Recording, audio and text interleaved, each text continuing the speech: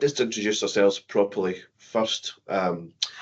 This is the usual crew that introduced these kind of sessions. Myself and Ewan are involved in corporate finance, as we said. Martin Aitken is our company. Tricia Halliday is not here today for this session. She'll be at workshop 2, which we'll go into, which we'll just describe in a second. But Tricia is part of workshop 2 that went in March. So it's myself and Ewan today.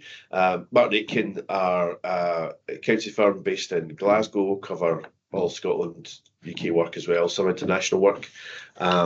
As Ewan says, we kind of cover everything an accountant would for SMEs in terms of accounts, tax, payroll, VAT services, bookkeeping, also specialist services like corporate finance that we're involved in, where we look at company valuations, company sales, acquisitions, raising finance, etc. So we kind of see ourselves as a one-stop shop for SMEs. We have been involved with Lothian Council for about 5 years now, doing various work and projects for them, including delivering some training sessions as well. And this project was coming about obviously to help women in entrepreneurship, women in particular with their businesses in terms of taking it to the next step and how to raise finance. You've probably seen this already when you booked up for the session, where we've got 2 workshops. And this is workshop 1, Becoming Investor Ready. And we ran this an in-person session on 2 weeks ago in Bathgate. And this is the online session of the same material, which, as I say, has been recorded and can be used for other people who couldn't make the first session or indeed this session. Workshop 2 is more in depth about the sources and types of funding. We'll touch on that today as well as a precursor to that. But that's going to go more into depth with the type of funding you can go for, and some of the tax breaks as well that are appropriate to that kind of thing, that will be useful to know when you're talking to potential investors. And our agenda today, we're going to talk about the fundraising process. And I guess an important point to say is that a lot of the elements of fundraising are going to be the same, whether you're trying to raise funds on a very simple informal basis, if you like, from friends and family or a bank loan or whatever, grants, right through to if you're looking for equity investment from an angel investor or venture capital fund or whatever. They're all, whether it's informal or formal, the potential investors are going to want to hear and see the same kind of things that we'll talk about today, in terms of what kind of product you have, what's the kind of differentiation you've got, what's the opportunity, how you're going to deliver it, and ultimately what you need in terms of funds to deliver that. So that's kind of it's the same whether you're talking to, as I say, informally to friends and family, right through to talking to in terms of a panel, in terms of like a Dragon's Den type scenario if they're going to invest in your business. So it's the same kind of elements, as well as talking to banks, talking to grant providers. It's the kind of same kind of things I want to see, and we'll go through that. A big part of that is looking at your business plan and what financial projections are there to support that. Any kind of funder is going to want to see what the outlook is, what the money that they're going to give you is going to be used for, and ultimately what the success is and what the return that they're going to get from that. So it's important to have a robust set of financial projections to support your business plan, and we'll talk about that as well. It's also very important to very clearly understand the funding that you do require. We do get a lot of clients come to us and say, well, I think I need 100,000, I think I need 3 million, whatever it may be. And actually, once you've done the financial projections and you've clarified all the assumptions behind that, the actual funding requirement can be quite different from what they initially think. They could need more, they could need less. Usually they need more than they think once they've kind of thought it through. So we'll talk about that as well. It's important, obviously, to be very clear about that to a potential investor. We'll have a coffee break, approximately 10:45 for 10-15 minutes, maybe a little earlier, maybe a little later, but that's roughly when we'll have a short break. And then Hugh's going to take the first session. I'm going to take the second session after the coffee break, where I talk more about the actual business plan itself. We'll look at the example and looking at what you need to know about the initial pitch to someone in terms of telling them about your opportunity and the pitch deck you might have to kind of support that. So that's our agenda today. And then Ewan's going to take up the first session just about the fundraising process. Yeah, that's great. I'm just wondering if we can actually see if we can see people. Anyway. Okay, yeah, so as Mark says, I'm going to talk about just the fundraising process, chat through that, a little bit about what funders are looking for, as Mark touched on there, about how much funding you need, what it's needed for, etc. And sort of chat through some of the bits, the key things that if you were a funder, what would you be looking for? It's probably quite useful, Zoe, if you maybe just kick off and just tell me, you're obviously on here, are you thinking about expansion, and thinking about needing funding, or what's the sort of reason for joining? I think my business is fairly new, so I only started last year, so it's just really looking at the opportunities, what is available, sort of future planning. Yeah, it's more about exploring what is out there.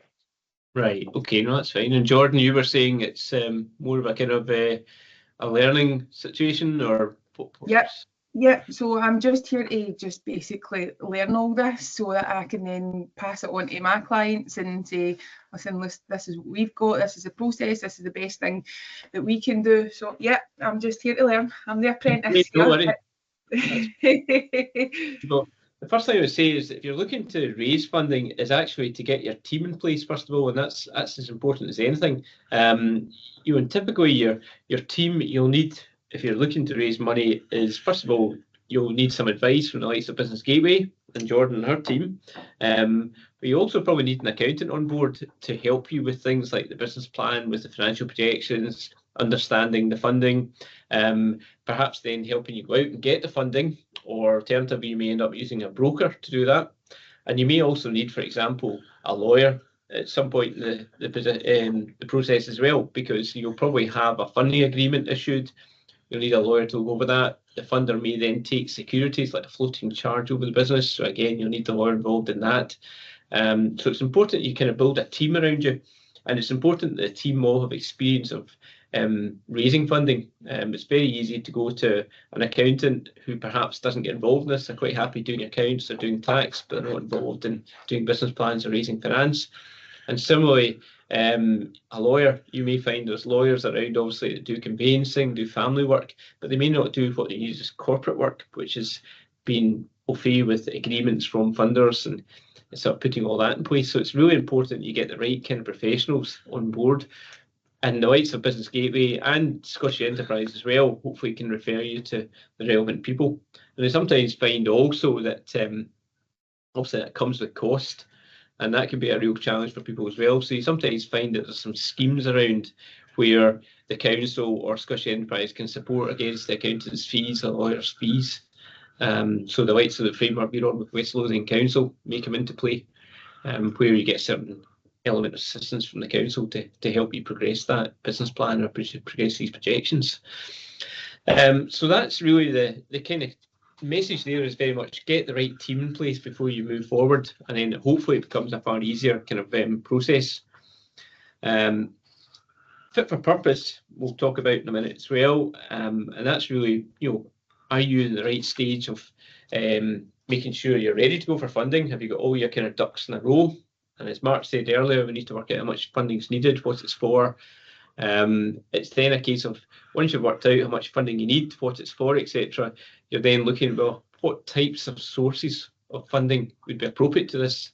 And you're then moving out into the marketplace to make that initial pitch, to let people know about your business, what you're all about, what you're looking for, what your growth plans are, how much funding you're needing, etc. And hopefully in the back of the initial pitch, you get some outline terms and conditions from any funders. You might find then the funders then go through, and your terms and conditions typically are, how much are they lending, what are the conditions around that, how do you repay it, etc. They'll then move into probably doing a bit more diligence on your business before they move towards completing the funding round.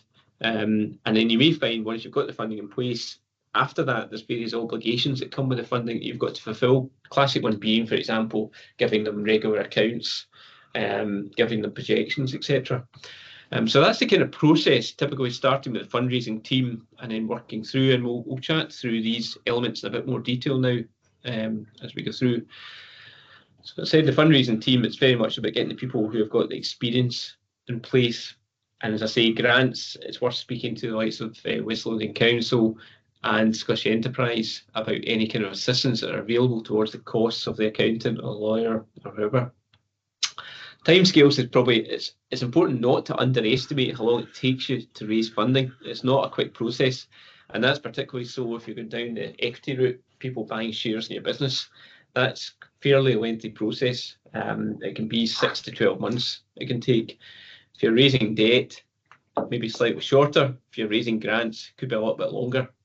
So don't underestimate how long it will take to raise the money you need. And that's why it's important always to have a kind of eye in the future, a bit like you were talking about there, Zoe, in the sense of keep an eye in the future and whether you can need funding and start the process as soon as you can to get that funding in place, because it isn't a quick process. Now, at the moment, I think, Zoe, I'm right in saying, are you set up as a limited company? No, just as a sole trader at the moment. Ah, right, okay. It's interesting. So you're set up as a sole trader.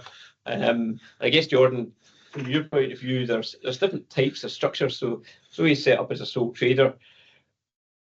Quite often, if there's 2 or 3 people involved in the business, they may set up as a partnership. And then the other type of business that comes into play quite commonly, mostly actually, to be fair, is limited companies. And the difference between really a sole trader and a partnership and a limited company is that the limited company provides you with a degree more protection. So if you think of it as the shareholders, the individuals behind the business are over here and the limited company is over here. And basically, if something happens to the limited company, hopefully it doesn't affect the individuals over here. Their assets are all still safe. Whereas the limited company is very much like a standalone thing. That said, in young businesses, you'll find that there is probably a bit of a link between the two, because lenders, for example, will want the individuals behind the business to perhaps guarantee the borrowings of the business in the early days until the business is really up on its feet and got a reasonable bit of substance behind it. But that's really one of the key protections is the limited company gives you, is that your personal assets in theory shouldn't be at risk. That said, a lot of people do start as a sole trader or a partnership and they then incorporate into a limited company at a later stage. I don't know, Zoe, if that's something you're thinking about, or Yeah, that is the long-term plan. But while I'm sort of initially getting everything built up, it didn't make sense to do it yet. Yeah, I mean, if you become a limited company, it gives you a degree of protection, but it also comes with cost and not hassles. Obligations is probably the right word, where you have to file accounts at Companies House, for example. You have to do like an annual return or confirmation statement, as they call it nowadays. So it's different obligations, and then you become a director of that company, and that carries kind of obligations as well. So being a limited company needs a little bit of thought before you go down that road.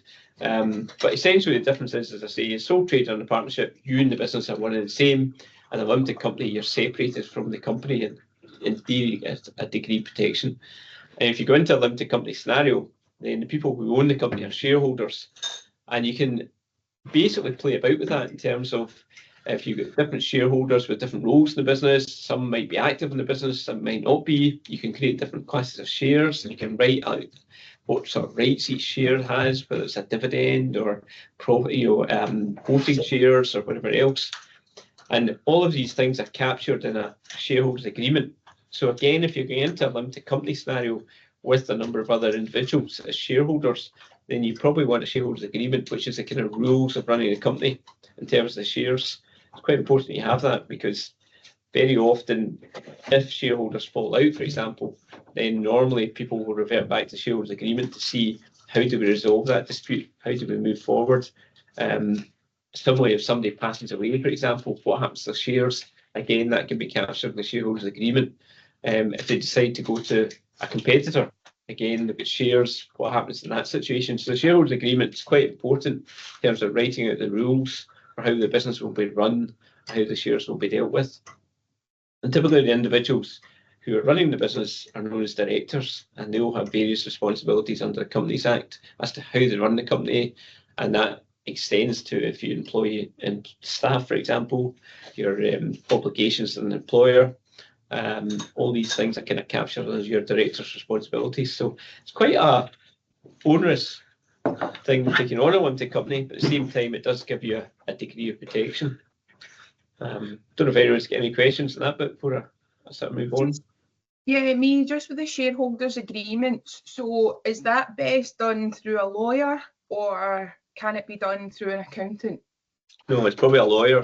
It's a legal document at the end of the day, so we would suggest a lawyer actually does it. And you'll find that they offer a reasonable kind of template to start with, but what they'll be interested in is what your view on certain things are. So, for example, if somebody decides to leave the business and join a competitor and they've got shares in the company, what happens to the shares? What they bought back at? Is it a nominal amount, or are you willing to give market value? They will also want to know what your thoughts are on, for example, if a shareholder is married and they get divorced, what happens to there? It's all these sort of scenarios that the lawyer runs through with you, and that whatever your feedback is will feed into the shareholders agreement. Yeah. Perfect. Thank you for that. No worries. Okay.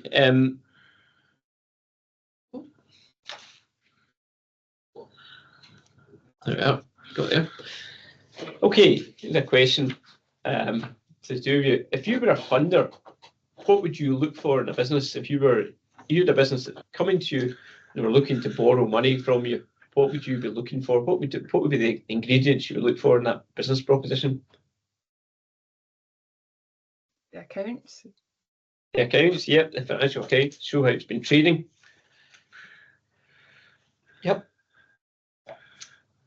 What the offering was, what are they going to give that's potentially different or missing from the market? Yeah, that's quite an important one. Is what's the product, service, and then what makes it different? What is it the market's looking for? And that's quite an important point we'll touch on. Is people come up with ideas, but you've actually got to think: does the market want that idea? Is it a bit different from what's already on the market? To differentiate yourself. Okay, so the accounts, the offering. What else?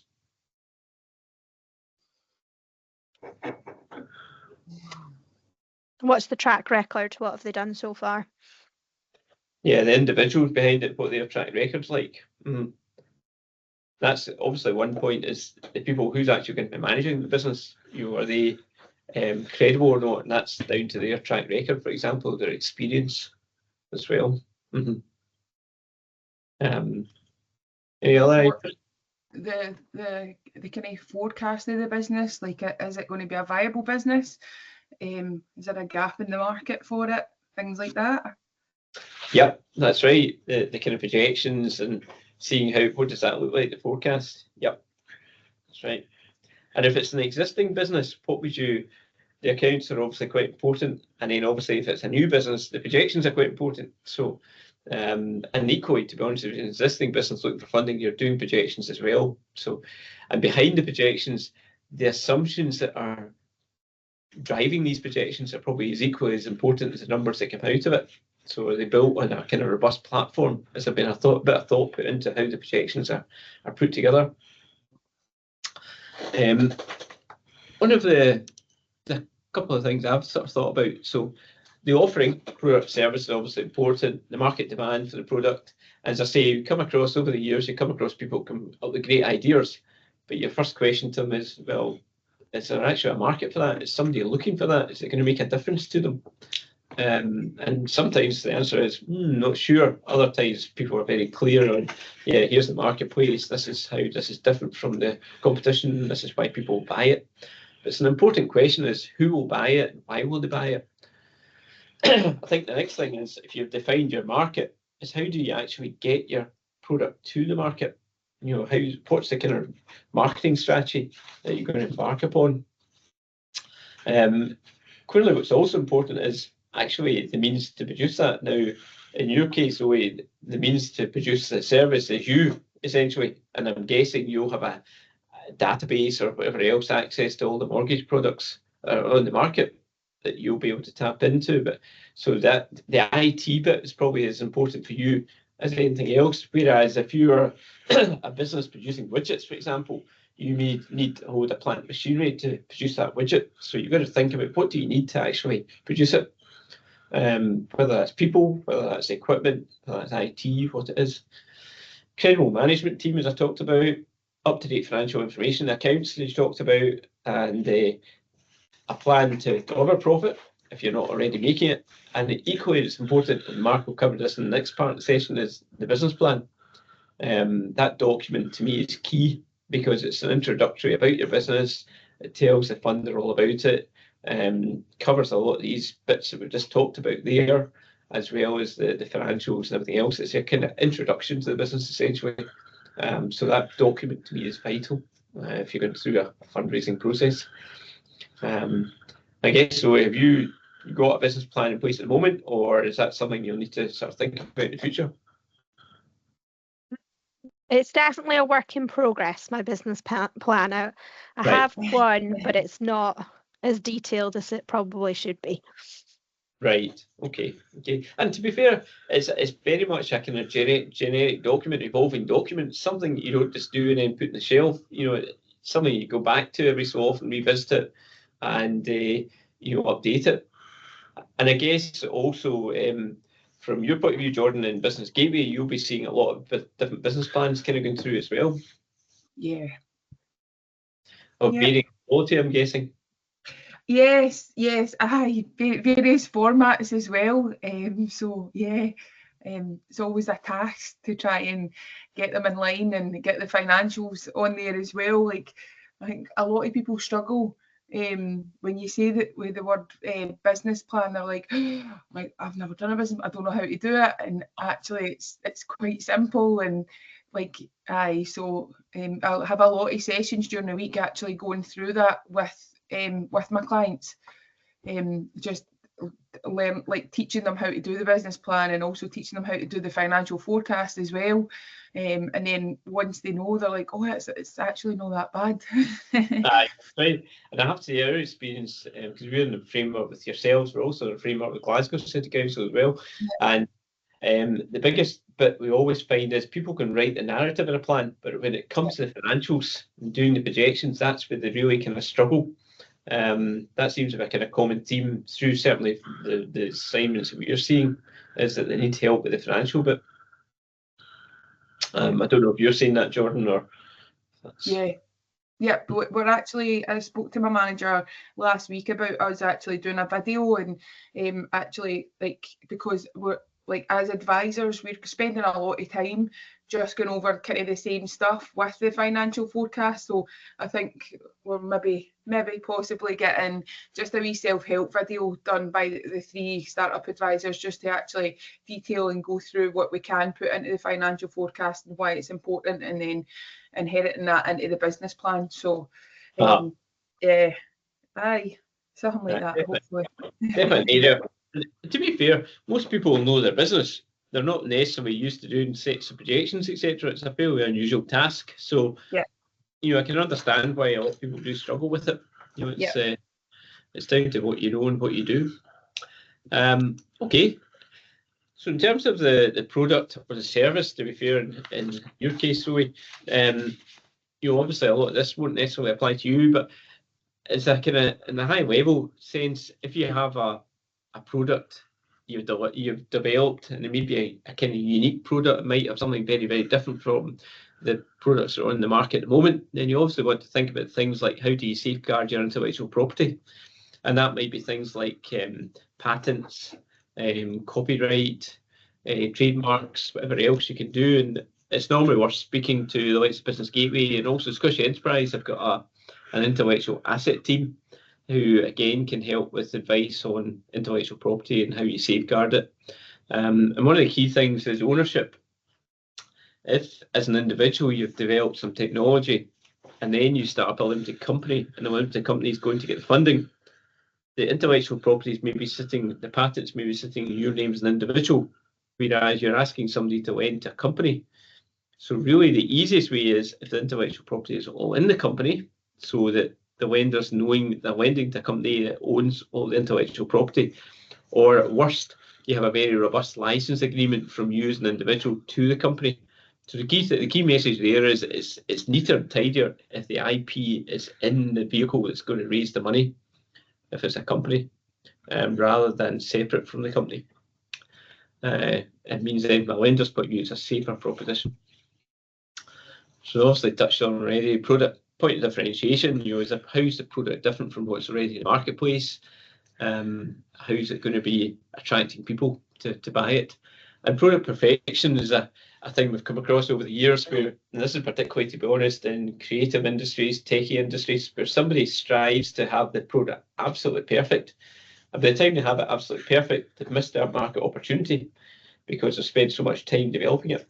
So it's that balance between getting it to a state where it's market ready-ish and you can launch it and begin to get some income and then carry on refining it, versus spending all your time getting it absolutely market ready and missing the opportunity. So timing is really important in that sense. And the other thing is, the longer you take to develop it, the more money you burn as well. So you've also got to have that in your mind, particularly if you've had a grant from the likes of Scottish Enterprise or whatever towards the development of the product.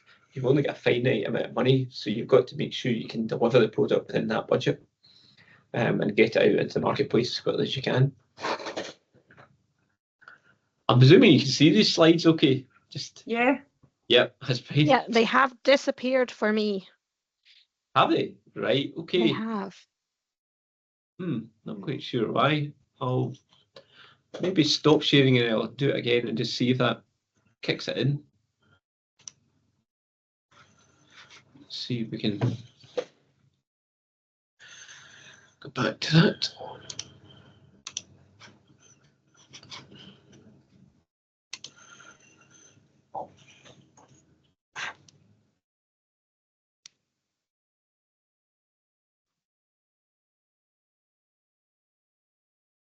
There you go. That's it. Yeah. Fine. Can you see that now? Yeah, that's right. Yep. Yeah. Okay. Wonder whether if we put it onto slideshow, that's.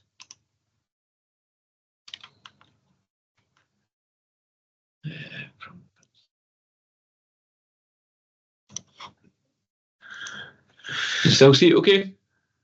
Yep. Oh, good. Yep, that's great. We can now see you. That's worked out well, because we couldn't see you before. Okay, so we've got the product ready, the service ready to go to market.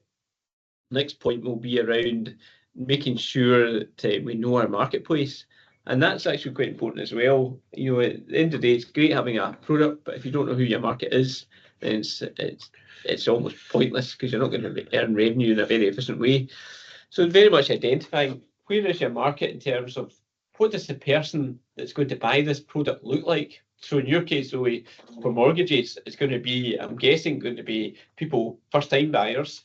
It's also going to be, I'm guessing, people like buy-to-let portfolios, and then it's going to be remortgagers. It's going to be people moving house. I'm guessing you're going to have a particular geographic kind of coverage. Or are you very much the whole of Scotland, or is it central Scotland, or east coast, west coast? What's your kind of marketplace? So in terms of my marketing strategy, I have been sort of keeping it to central Scotland, but I don't have to. If somebody suddenly comes from the south of England and says, "Can you do my mortgage?" I can do that. So yeah, it can be nationwide, but primarily focusing on central Scotland. Right, so you're quite clear, and I'm guessing it covers the categories I've talked about: first-time buyers, the buy-to-let, the remortgaging, etc. Is that the kind of people you're looking to attract as customers? Yeah, and also I do mortgage and protection, so anybody that's also looking don't necessarily need to have a mortgage. so life, critical illness, and income protection. Right. Okay. Cool. Okay, so that's quite important. You've identified your target marketplace, because to a degree that then influences the type of marketing activity you do as well. Because, you know, if it's, for example, younger people, then we'll come on to this in a minute, but social media is normally a good example of how you get to younger people in terms of marketing. Whereas if you were marketing something that was geared towards older people, then you may be thinking about more traditional marketing, you know, like newspaper ads or TV ads or whatever else. So it really, your target market, defining it is really important, because that drives a lot of the marketing activity and how you do it. You obviously need to try and get a handle on what size of that market from a business plan perspective. Is the product been market tested? Have you sort of done dummy runs with people, trials with people? What's been the feedback? Understand who your competition is as well, and how you're going to differentiate yourself in the competition. And our experience in the past is Business Gateway can help you with a lot of that kind of market analysis. Is that fair to say, Jordan? Is that something Business Gateway can help with? Sorry, what was that question? I was just saying, Jordan, that my experience in the past is that Business Gateway can help you with the market fit quite a bit in terms of identifying your market and getting stats and trends and things like that. That's right. So we've got we've got tools there that can help. So we can request it from our managers, well, from our system, and then we can send that over. Yeah, so you know, again, it's worth that's part of your team tapping into that and getting that information. That'll help you when you're coming to pull together the business plan. Route to market, following on to the market, and this is very much about your marketing plan. And you and it's maybe not the best analogy nowadays, but a kind of shotgun sniper approach. You can either spend a fortune going like that, trying to hit your market, or you can say, okay, my target market is Central Belt, all the people we talked about in terms of mortgages and insurance, etc. And therefore, I'm going to direct my marketing towards that target market. Very focused marketing strategy. And again, looking, as I said a minute ago, about what's the best way to reach that audience, whether it's social media, whether it's newspapers, whether it's television, what it is. Again, you don't need to do all that yourself, and that's something when you're starting out in business, it can be a real challenge, because it's basically you, and you're trying to generate the business, deliver the business, run the finances of the company or the business, do all the administration, particularly if you've got a regulatory environment, whatever else. You know, it's a lot of different things. So sometimes you think about, can I outsource some of the functions? Marketing's one of them. You know, you could perhaps outsource. Financials is another one. In some businesses also, if there's a route to market already established through the likes of distributors, then that can be easier. So you can just sell to a distributor. They then sell to their customer base, a far wider customer base. So you're selling like that, and then distributors selling like that. So again, that's sometimes a route that people will take, is they'll get told with a distributor, and that gets to the market far easier. Now, obviously, if you're doing that, then you're into distributor agreements. That's where your lawyer will be looking at it, etc. And one sort of note of caution, I guess, is if you're taking on people to sell for you, sales and marketing, just be careful sometimes as to what that person looks like, because I was involved years ago in a signage business, and we took on a sales team. And when you actually analyse them, all that happened was they were actually just going around existing customers taking orders. They weren't actually generating much in terms of new customers or even additional business from the existing customer base. They were very much just going around taking orders. It wasn't really proactive. Whereas really what you're looking for in a salesperson is somebody to expand the customer base, get new customers in, increase the sales to existing customers, and generate new business. So again, when you're taking on people to do sales, just be careful, just think about and set them objectives at the early sort of outset as to new customers you want on board, etc.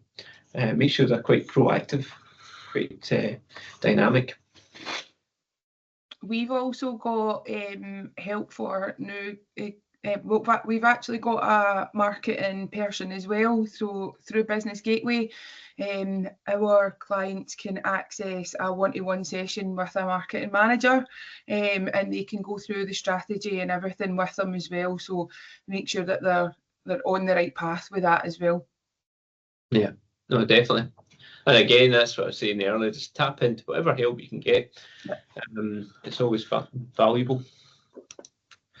Okay, the management. If you're a funder, a lot of it comes down to the individual behind the business. So if you meet them and you think they know what they're doing, they know their marketplace, if they've had experience running a business or in a management role before, even better. It's all about getting confidence more than anything. And that doesn't really matter to the degree of the size of the business you are. You know, if it's a small person, one person business, then if you get a feel as to, yep, they can manage it and keep it quite tight, they can deliver their business plan. If it's a larger company with a structure below it, then you're wanting to know about the structure, you want to get assurance that the structure is covering all the different bases that you need, like there's people covering finance, there's people covering operations, there's people covering sales and marketing. So again, it's all about getting assurance as a funder that there's a team in place or a person that's got relevant experience to deliver the business plan. And I think as we talked about earlier on, the past track record's important there, relevant experience is there, a bit of commercial acumen as well, and that can be interesting. A lot of technology businesses, Mark, that we see coming through, they're very techy, but in terms of actually business acumen can be more challenging sometimes. Oh yeah, absolutely. I mean, I mentioned about when clients first approach us earlier, and they can be really passionate and knowledgeable about their product or service. But I guess as you Jordan indicated it earlier, they can struggle sometimes with the financials and actually how to monetize the whole thing. And quite often we get a business plan which is a huge amount of narrative about the product or service, but really misses actually how you're going to deliver it. Yeah. And that's where we kind of try and help them. Try and shape them. And the other thing to think about is, there's also support out there. Obviously, it's Business Gateway, Scottish Enterprise, but there's also mentors as well. That often people who have been in business before, maybe sold a business, and they're looking to basically assist younger businesses sort of up and coming. And I think there's an organisation called Business Mentors Scotland where you can tap into mentors to help you. The same way as well, the likes of Princess Trust has people. I'm not sure if it's still called Princess Trust, but certainly was a Princess Trust. And they have mentors as well that can help.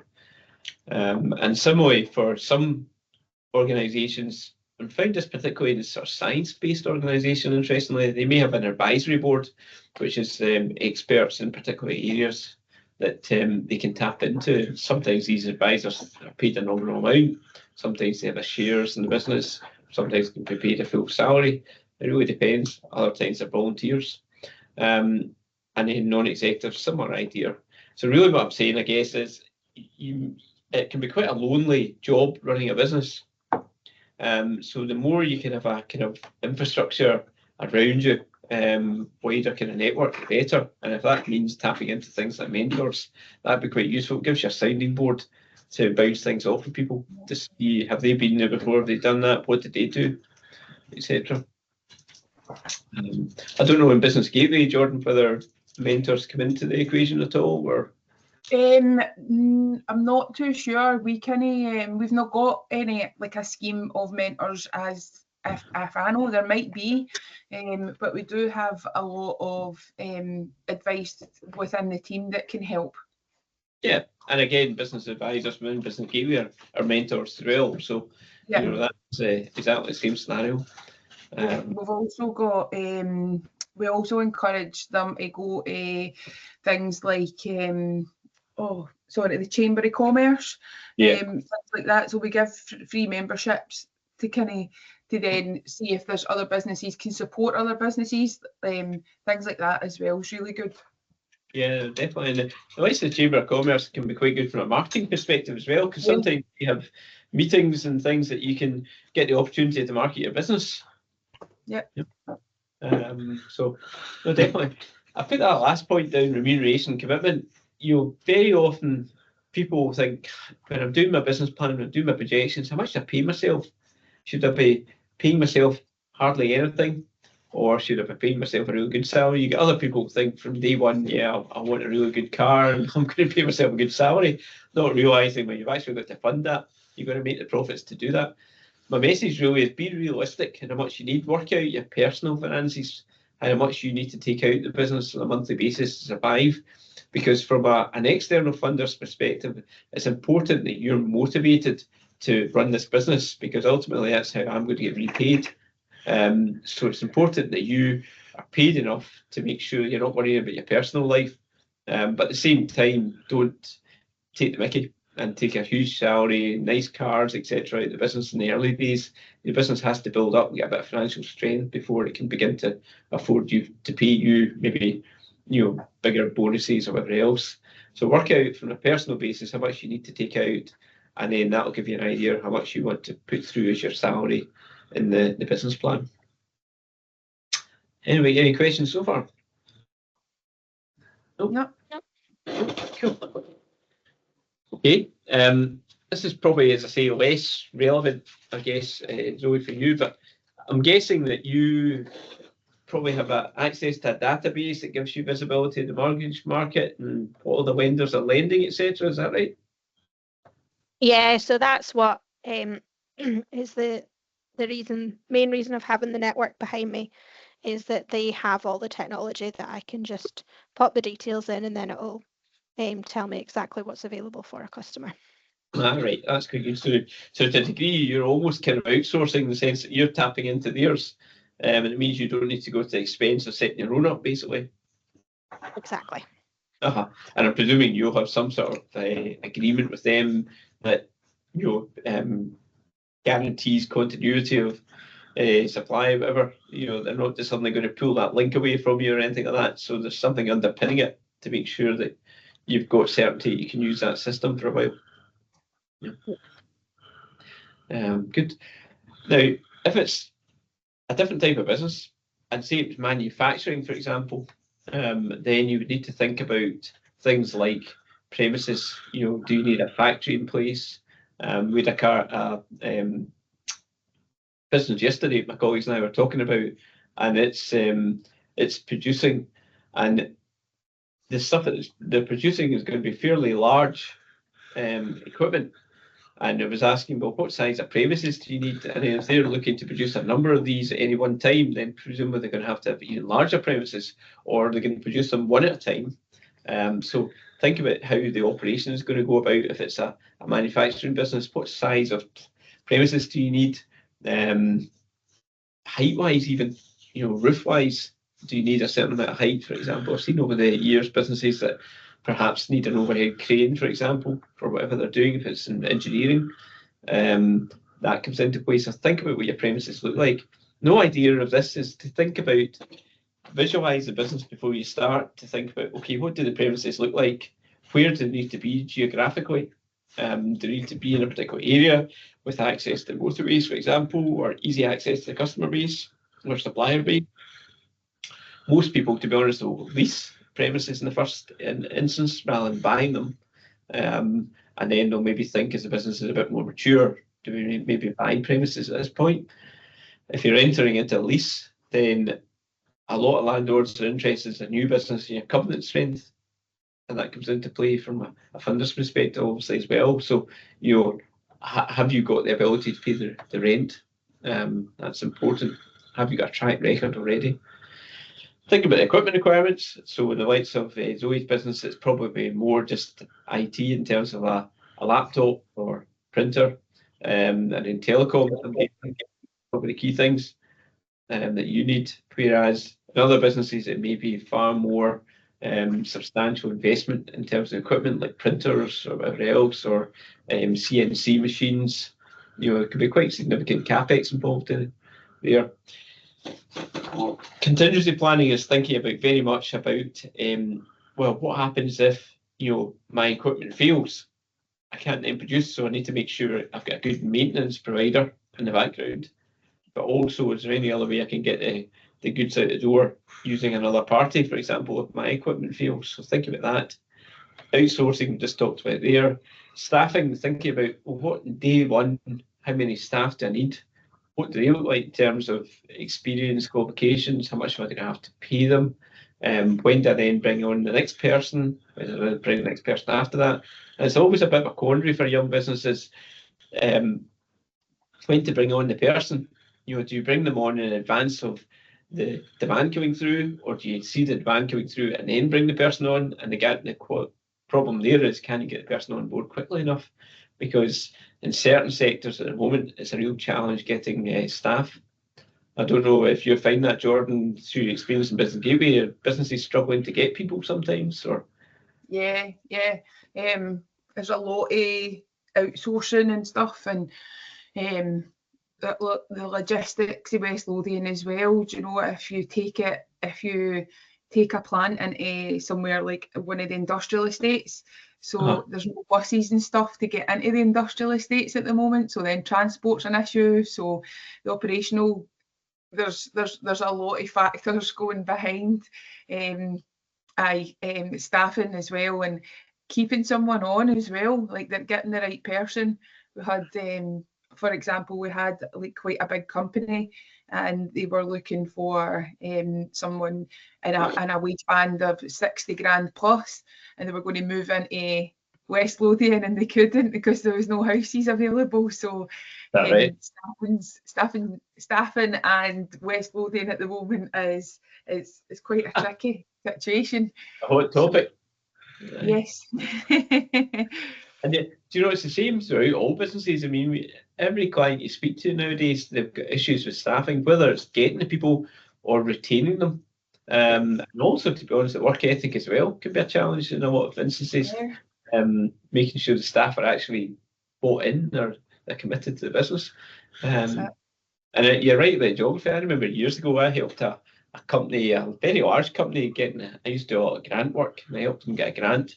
And they relocated out to a business park out in the outskirts of Glasgow. And it was only when they were in that they suddenly realised that most of the staff that they would be employing would be students or part workers. And there was no bus links. And they couldn't get the people out to the business park. And they ended up actually having to put a bus on themselves from, I think it was Cumbernauld, to take people. So people congregated in Cumbernauld, got on the bus, and then they went out to the business park. That was the only way they could get staff. So it's important to think about geography, think about the type of staff you're going to employ and where they're coming from, and then obviously how much you're going to have to pay them, and then how you're going to retain them, because that is a challenge. And it's things like thinking about how do you treat them well. You know, can you offer them, for example, gym memberships, season tickets for transport, bus passes, or whatever. Can you offer them private medical care once the business gets a bit bigger? You know, things like that to try and retain them as much as possible. You know. Yeah, more kind of when you get bigger and there's more advanced options available to you, like company cars, like share option schemes, that's kind of thing to sort of buy people into the business. Yeah. Long term, but that's further down the line. Yeah, definitely. In terms of financials, that's obviously, as we touched on earlier, the accounts are important. If you're going to a funder, they want to know how you've done in the past, if you've been trading for a while, what your financials look like, and then if you are a new business, what your projections can look like. So it's important though, and that also after you've got the funding, as I talked about earlier, one of the preconditions of funding might be that you have to produce financials every quarter or every month or whatever. So again, it's important you have that finance function kind of taken care of as much as possible. And again, that, as I say, can be outsourced. It doesn't have to be in-house. So we quite often do a lot of bookkeeping for young businesses who don't have their own bookkeeper in-house. And nowadays, to be honest, with cloud accounting, things like Xero you've probably heard of, and QuickBooks and that, it becomes a lot easier to capture the information and to produce management accounts, things like that. I don't know, Zoe, what accounting system do you use? I'm not using one as yet, so Right. I've only just started to make money in the last 3 weeks, really. So that's something I need to get on. Aye, so it's early days. The good thing nowadays, though, is most of these cloud accounting pieces, I mean, you can download the software, you know, almost instantaneously, and the cost is actually not huge either in the monthly subscriptions, etc. So, and you know, it's a fairly easy thing to set up. You link it into your bank account, you get the information from the bank account into the accounting system. So it's not as onerous as perhaps it used to be.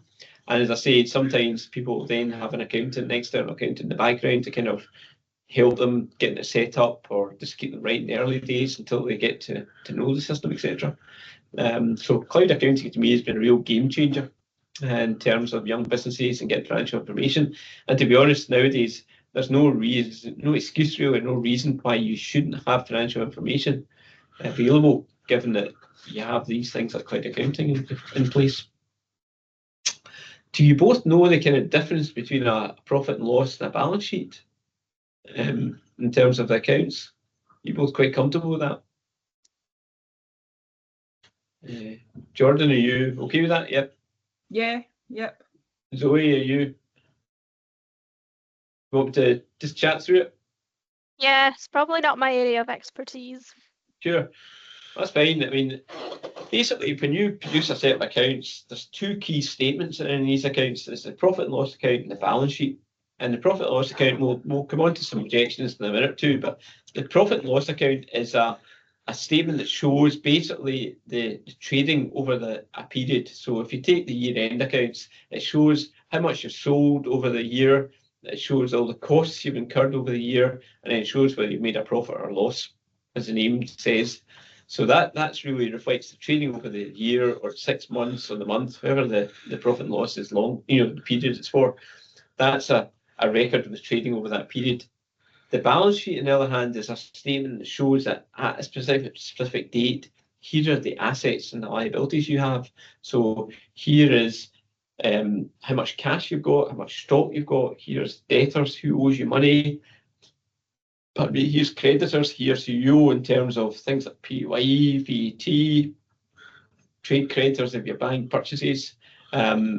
And then basically a kind of a net assets figure at the bottom, which shows you the strength of your balance sheet. So the profit and loss account is a record of the trading over a period.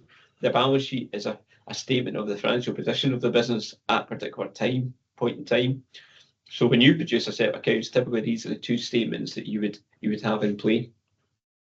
And obviously, you can get monthly accounts or accounts at any point in time off your cloud accounting system. So you can get that profit and loss, you get that balance sheet off at any point in time.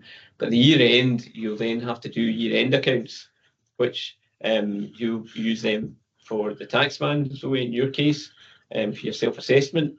And then for a limited company, they'll then get filed at Companies House. So you've got to work towards year end accounts. So from a funder's perspective, you want to make sure year end accounts are all up to date. What you don't want is, finding out that year-end accounts haven't been prepared, they haven't been submitted. Similar with your tax affairs, from a funder's perspective, you want to make sure your tax affairs are all up to date. So your PAYE is up to date, your VAT is up to date. If they're not up to date, you want to be able to show that there's actually a payment plan in place with HMRC to pay off any arrears. Regular management information from your accounting. Hopefully the business is profitable, but if it's not, then you want to show that there's actually a plan to achieve profitability. And the funder will look at your balance sheet, that statement of your finances at a point in time, to see how strong it is, whether you're sitting with a fairly positive balance sheet or whether it's not that great looking. And then lastly, from a financial point of view, they're interested in, as you go forward, your day-to-day cash management. How are you going to manage the finances of the business, collecting in the debt, and making sure that nobody takes like 90, 120 days to pay you, they pay you quickly. Similarly, paying off your liabilities, managing the bank balance every day. How's that going to work? Who's going to be doing that? What systems have you got in place to do that?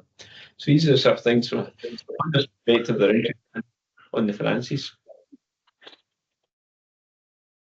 I'll maybe jump over that because that's probably not too relevant for you at the moment.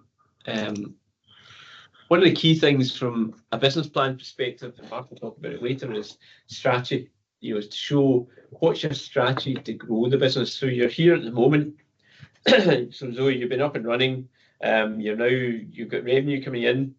I'm guessing you want to then expand the business. You may have a vision as to where you want to be maybe in a year's time, in terms of the turnover, maybe employing people to support you with the admin, maybe employing other advisors, etc. You've got to show what's the strategy getting from here today to that vision in a year's time. And that's thinking about the things we just talked about there, about the market, the marketing strategy, what you need to invest in people, operations, etc. to do that. So strategy is always important when you're doing the business plan document and when you're speaking to a funder, that you've got a very clear plan how you're going to grow the business. Okay, so when we're talking about financial projections, and that's, as I said earlier, the bit that seems to, a lot of people seem to struggle with. They can write the plan narrative, but actually do the set projections, that seems to be more of a challenge for them. Now, there's different ways of doing it. Again, you can use your external accountant to do it, and they'll pull it together based on some assumptions that they'll talk through with you, or you can have a go yourself. There is projection software that you can use, and I think the likes of Business Gateway, if I'm right in saying, I think they have a kind of template that you can produce, populate, which will give you a set of projections. But there's also other software out there as well that you can use to produce some projections. The key thing in terms of what the projections look like is to have the profit and loss account, have a cash flow, and have a balance sheet. And I would normally suggest it's monthly, covering the first 3 years or the next 3 years of the business. And then you obviously need to look at things like, okay, it's showing a funding requirement of that, but how much headroom do I need? What happens if plan doesn't quite go to plan? And that's the one thing I will guarantee is whatever projections you come up with, they'll be wrong in some form, because something will happen that will change these projections for good or for bad, but they give you a starting point at least. And the starting point in doing any projections is to come up with the underlying assumptions. So if, for example, you were in a business that was selling widgets, you would think about, okay, how many widgets in month 1 am I going to sell? How many widgets in month 2 am I going to sell? How many widgets in month 3? I guess, as well in your business, it'll be very much how many clients am I going to look at in month 1? What will be the kind of average value of a mortgage? Therefore, what will be the kind of income I'm going to earn based on that? Month 2, presumably I'm going to talk to more clients, so maybe double the number of clients, average value of the transaction, that could be your revenue. You'll know your own cost of how much you need to take out the business. You'll know roughly how much you're having to pay to the kind of companies that you're using as an umbrella in terms of regulatory requirements or tapping into their systems. And you begin to build up your profit and loss that way through the income and then the cost base. And similarly, as your business gets bigger, you then add in extra people, so you'll know, okay, this is where I think I'm going to take this person on, this is how much they're going to cost. You build that into the projections. So your underlying assumptions is really the kind of key document to kind of get you started. And that, again, taps into some of the other things we've talked about earlier, like understanding how you're going to get, if you're not actually market ready in terms of your product at the moment, how are you actually going to get that ready? What's the route map to get that product to market? What are the costs attached to that? Looking at sales strategy, how are you going to do that? How much is it going to cost? And I guess one of the beauties nowadays of social media is that it's not a huge amount of cost in terms of your marketing. Whereas if you years gone by, you had adverts in television, adverts in newspapers, they all cost quite a bit of money, billboards, things like that. So again, they give you numbers to build into projections. Build up of income, as we just talked about. Personnel structure when you're going to recruit.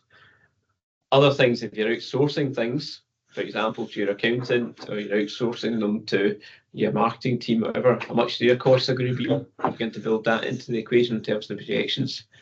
And you've got to think about some costs will flex with turnover, others won't. So if, for example, you're a sheet metal manufacturer, then whatever you sell will need a certain amount of metal, sheets of metal. So as your turnover goes up, the cost of the sheets of metal will go up as well. So their variable costs, similarly, probably the labour costs will go up as well. As the more you produce, the more people you need. So the labour costs are variable costs as well. Whereas other costs, the likes of your rent for your premises is a fairly fixed cost. Your insurance is probably a fairly fixed cost. It won't necessarily flex as much with turnover as the likes of sheet metal costs or people costs. If you've got debts like PYE or VAT, then you've got to think about how you're clearing that, and that will influence your projections, as will what you have to spend on equipment and things. And then one of the big things is you won't only need costs for setting up. You will also have a thing called working capital going forward, because in reality, in most businesses, people would pay you immediately. Unless you're in a shop, for example, where they'll pay you over the counter. Most businesses, you bill somebody and they'll take maybe 30 or 60 days to pay you. And you obviously in the meantime have to pay wages. So you've got a lag between getting paid and having to pay, which you've essentially got to fund. And eventually you'll get to a point where the incomings and outgoings are kind of equal each other, and you begin to then build up cash. But in the early days, typically there's a deficit because you're not getting paid quickly, and you've still got to pay out certain things immediately. So you've got to fund that gap. And also, if you're not profitable at the moment, then you're going to have a certain amount of cash burn until you become break even. Okay, so I'm going to try and share some projections with you if I can. Let's see.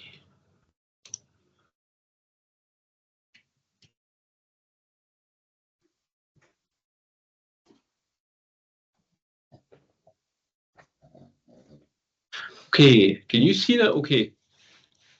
Yep. Excel file.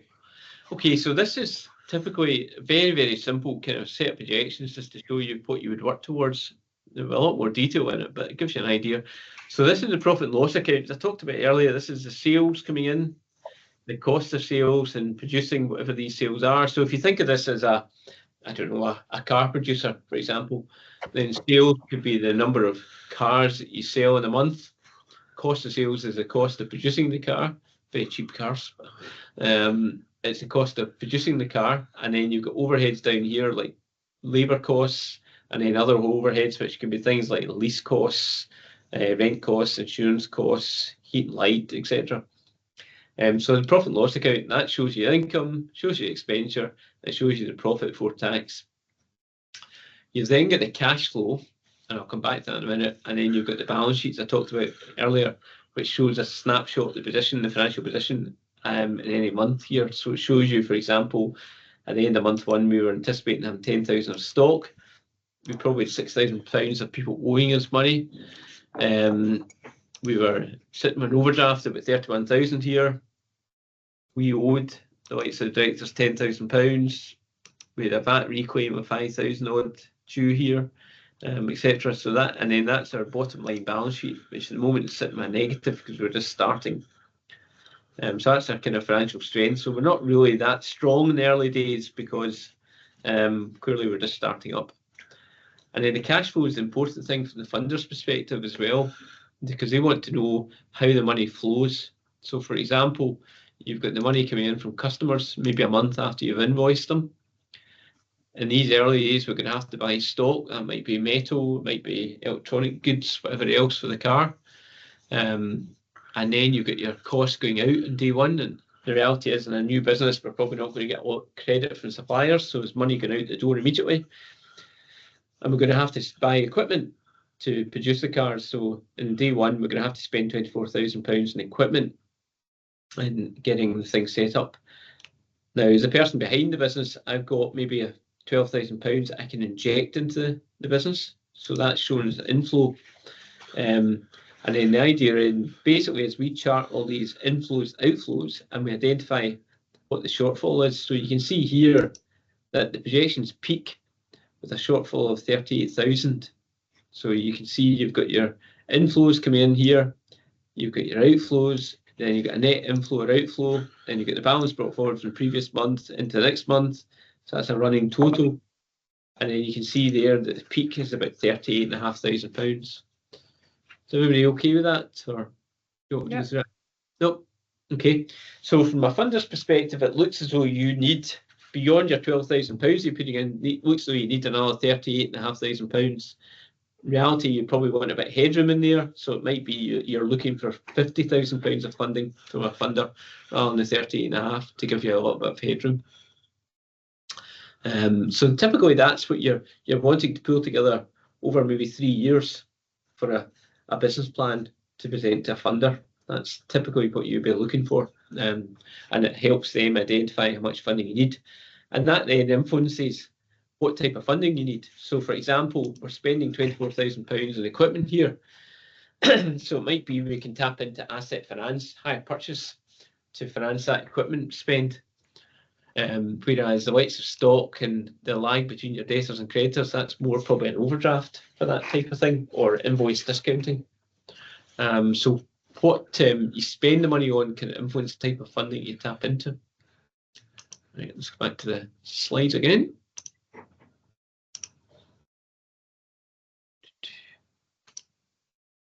Okay, so done that.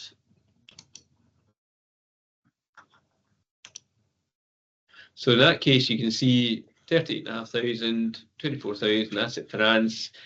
Invoice finance is quite an important kind of source of funding these days. I'm not so sure it'll be as relevant for your business, Zoe, but if you are selling motor cars, for example, and you raise an invoice to a dealer for that car, then in theory, under invoice finance, there's funders out there that will then advance you a percentage of that invoice on day one. So you might say your invoice is for £10,000. You might be able to get 8,000 of that invoice on day one from the funder. And then once you're paid the £10,000 invoice, you then get the remaining 2,000 paid over.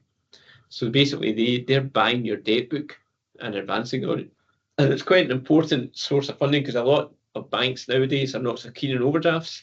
They'll push it down the invoice finance route because A, makes them a lot more money, and B, from your point of view, it's probably easier in the sense that you get the money immediately.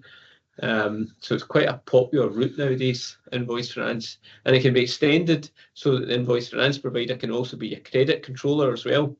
It costs you money, obviously, but they can collect the debt on your behalf, speaking to your customers, collecting the debt in, or you can run the credit control function yourself and just tap into getting the money from them. So it's a huge, big industry in itself now, invoice finance.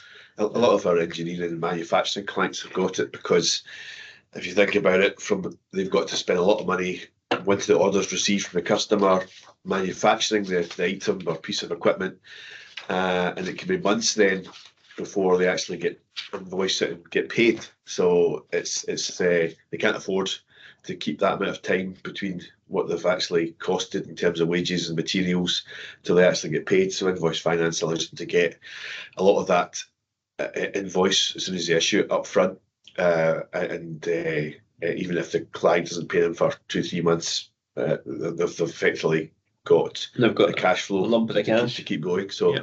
It's just another form of finance, but it's in that kind of time. Those businesses dealing with that kind of timeline between order and actually getting paid is very helpful. Yeah, definitely. As I say, it's hugely popular nowadays. It's not cheap. You know, you pay basically two types of charges. You pay an admin charge, which is based on your turnover, and then you pay interest based on the amount of money you draw down. So it can't be cheap, but you do have certainty around cash flow, which is good. And as I said to you earlier, there, analysing the funding requirement is very important. So if you've got a business that's going to be spending money in its cash flow and research and development, for example, then it's more akin to getting somebody to invest in a business, coupled with grants like smart grants, R&D grants to fund the business in the early days. And then as you move into a business which is trading, selling things, you're then coming into things like invoice finance for working capital, overdrafts. If you've got CapEx, then you're maybe into asset finance, also grants as well. Scottish Enterprise, for example, have grant schemes that you could tap into if there's capital expenditure in there. And so different stages and different types of spend dictate what funding comes into play. And one of the key things from a lender's perspective is they want to see you can service the debt, loan that you're taking on, you can repay it. And also they've got security, whether that's over an asset, like of equipment, or things like a floating charge or a guarantee from you as the individuals behind the business. These are just some of the sources now. As I say, in Workshop 2, where I think we're going into this in a lot more detail, but that's the sorts of sources of funding that you might be looking at. So for instance, if it's the equity in the early days, it could be very much as you're starting out, friends and family are funding you.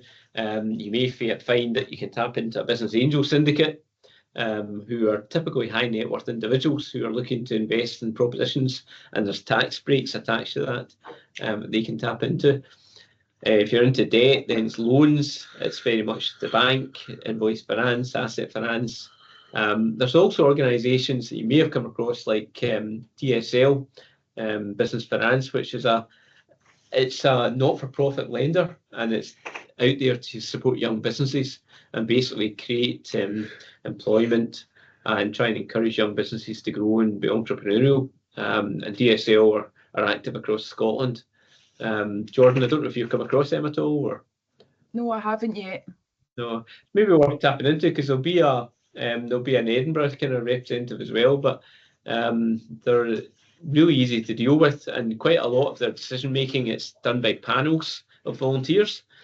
So it's slightly unusual. The business will present to the panel, and then the panel will go away and make a decision of whether they're going to lend or not. So it's a slightly different type of organisation.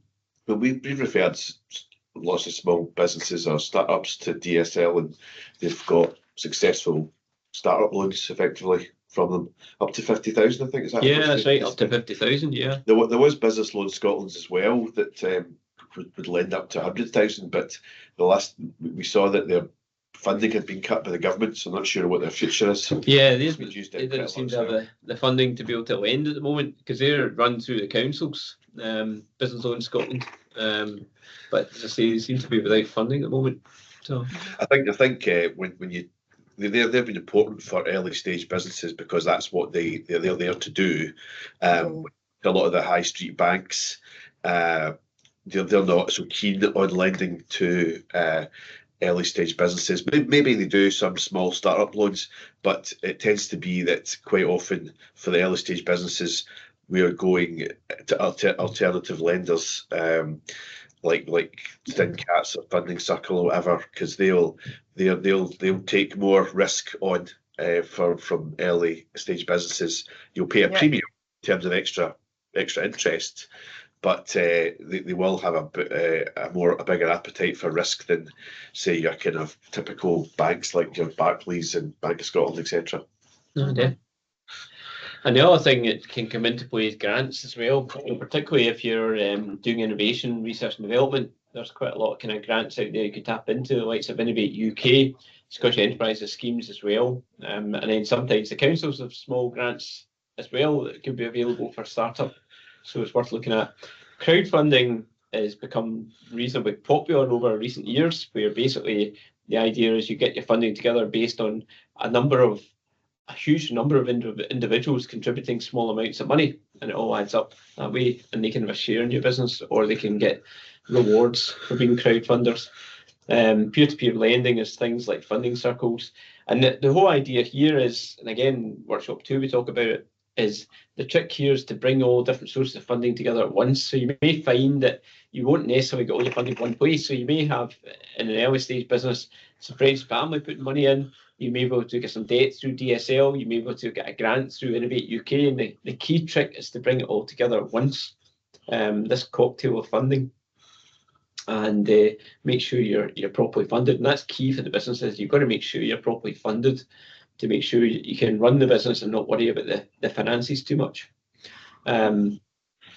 Management contribution is always important. A funder will always look for the people behind it to make some sort of form of commitment. There's no set rule that says it has to be £100,000, £10,000. Basically, they have to see that the person behind the business is suffering just a wee bit of pain. They're feeling it, So if you're sitting with not a huge amount of equity in your house and not a huge amount of savings, if you're able to commit even £1,000, a couple of £1,000, then, and they see that's quite significant for you given your personal circumstances, that's a reasonable contribution. And they may, as I mentioned earlier, they may revert back to the owners of the personal guarantees if the business is not able to support the debt itself, in which case your personal assets are in the line at that point. Yeah. So no one would like to give a personal guarantee out. I mean, if you've got a limited company, and obviously it's there to give you sort of limited liability and protect your personal assets, as you said earlier, but a lot of lenders want that personal guarantee. So basically, if the loan defaults, they can come after your personal assets if they want to. So it's not something anyone would want, but sometimes it's a necessary. It's a reality. Yeah. Okay, I think we're going to have a coffee break